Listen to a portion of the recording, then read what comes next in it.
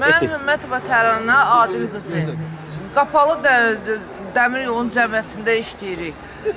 Deməli, bizim şikayətimiz ondandır ki, biz dəmir yolçuları işsiz qoyublar, köhnə işçiləri.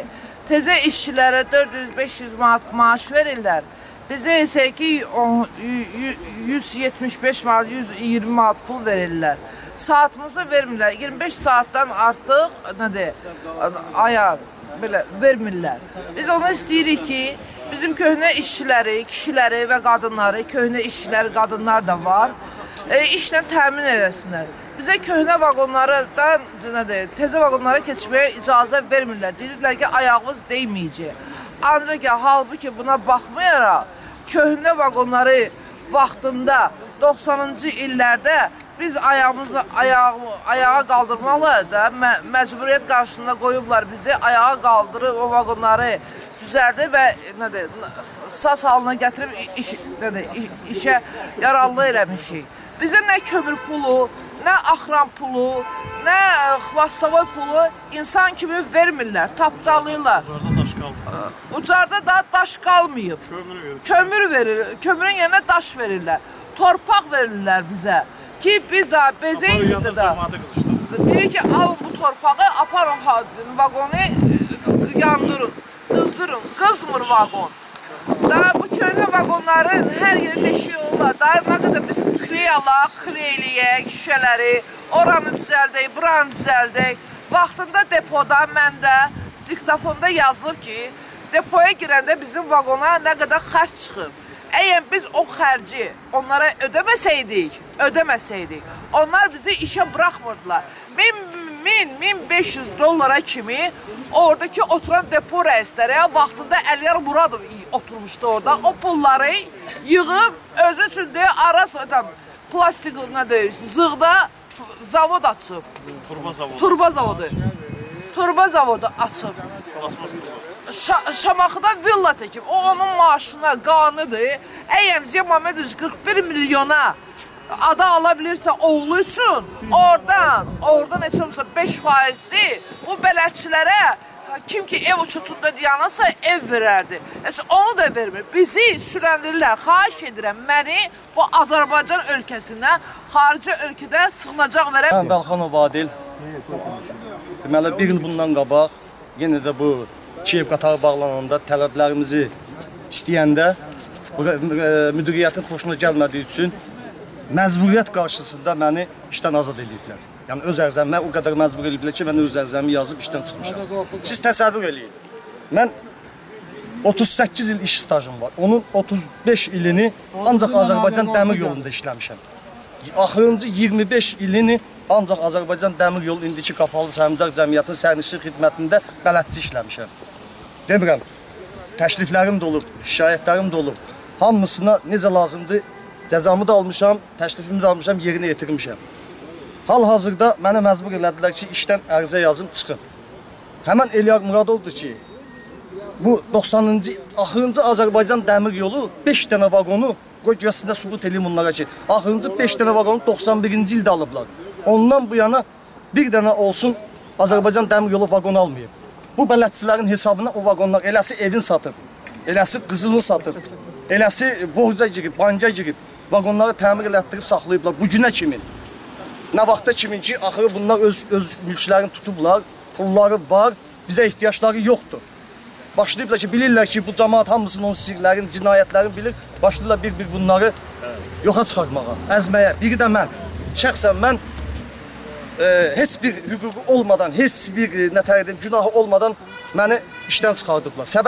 Səbəb yəni mən icazə alıb 10 dəqiqəlik, 5 gün komandirovkada olmuşam, mən məzuniyyət pulu verməyib, mənə abispeçit eləməyib, mənə belyo verməyib, heç nə verməyib. Şəxsi maşınımda gətirib belyo dəyişib aparmışam, məni 10 dəqiqə icazə alıb çıxmağının yoxlama göndərib məni orada tutub, nə var nə yox ki, mən aktiv olmuşam, danışmışam, bunların haqqında pis getmişəm. Axırı məcbur eləyiblər ki, ya ərzəni yazıb çıxarsan, ya da ki, səni şərləyəcək.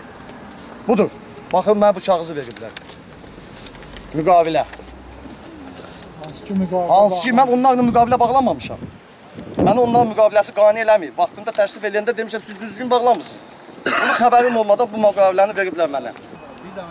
Qafarov Cavanşir Şiraroğlu. O distansiyaya qalmış ki, biz oralara şikayət eləməyək. Hər yerə şikayət eləmişik. Axırıncə gəlmişəm prezident aparatına. Prezident aparatında burada şikayət eləmişik. Bizi əlim qəbul eləyib. Əsədov məncə. Belə oldu. Azər. Bizi qəbul elədi. Dedi ki, sizi Əlirza müəllim gözləyir problemada. Getdim Əlirza müəllim kabinetinə girdim. Əlirza müəllim mənə orada dedi, sən xalq düşmənisən. Xalq düşmənisən dedi, sən millətə, devlət xanisən. Sən nəyə görə prezident aparatına gedirsən? Prezident aparatına getmək, Ermənistana getmək deməkdir bəyəm. Mən bunu başa düşmürəm ki, Əlirza müəllim oradan prezident aparatını öz dilinə ki, bunlar deyir, xalq düşməndirlər. Axır vermişik məhkəməyə. Bu bizim axır vəziyyətimizdir. Da başqa yolumuz qalmır bizim. Öyle gitarı seç geldi. Hala dediyseniz yine şikayet edin. Baş şikayet etmeye başka yerimiz kalmıyor. Komandirovçlarımızı vermirlər. Komandirovçlarımızı vermiyorlar. 12 ildir bizim bütün bələdçilərə Komandosu nerede kalır? Komandirovçuna hər günümüzə, bircə dəqiqə, hər günümüzə bizim 2008-ci ildən 5 manatdan pul ödəməlidir, hər sutkamıza. Orada mən buxalteriyadan soruşdum. 2008-dən dedi qız mənə.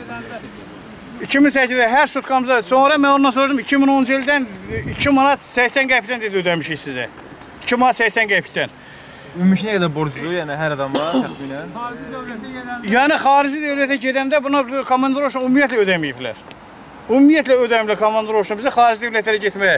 Bunlar yəni don geyindirirlər ki, biz sizə hər sutkanıza 5 manatdan pul ödəmişik. 95 manat bizə aklat yazıblar. 95 manat aklat yazıblarsa, bəs bunların o veriləri 5 manatlar hanı? Hörmətli Mustafaoğlu, 20 ildir dəmir yolunda işləyirəm. Özüm Yeni Azərbaycan Partiyasının üzvüyəm.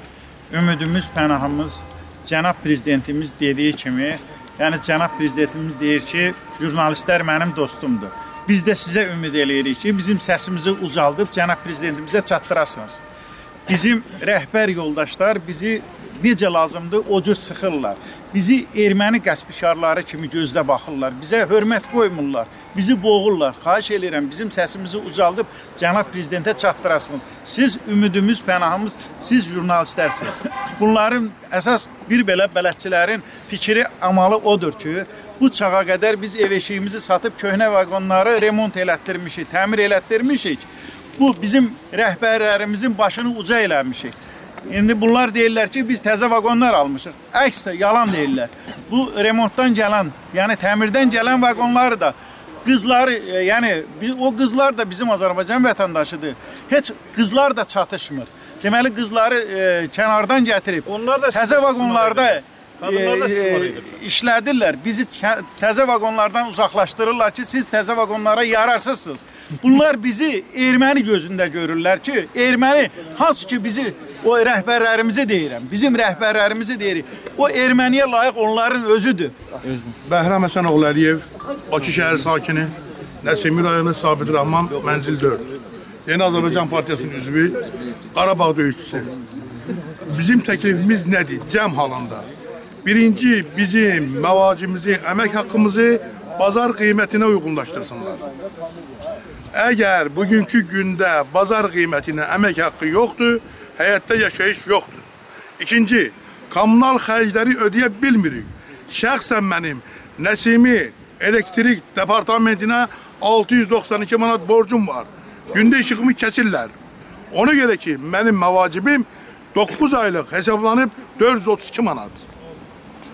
Ondan əlavə, bizim bütün verilən komandirovçular, sutçular, əlavə kalosni, kömürlə işləyirik, kömürün haqqı verilmir. Pullarımız kesilir, hüquqlarımız tapdalanıb. Ondan sonraki bizim mətbuatın rəisi Əzməmmədov bizi şərləyir, bizi təhqir eləyir. Özü yalancı və fırıldaqçıdır. Bizi də hamı o cəmdən baxır. Çünki öz qəlbində olanı başqasına şamil eləyir. Gülməmmədov üçün bu tədbir görsünlər.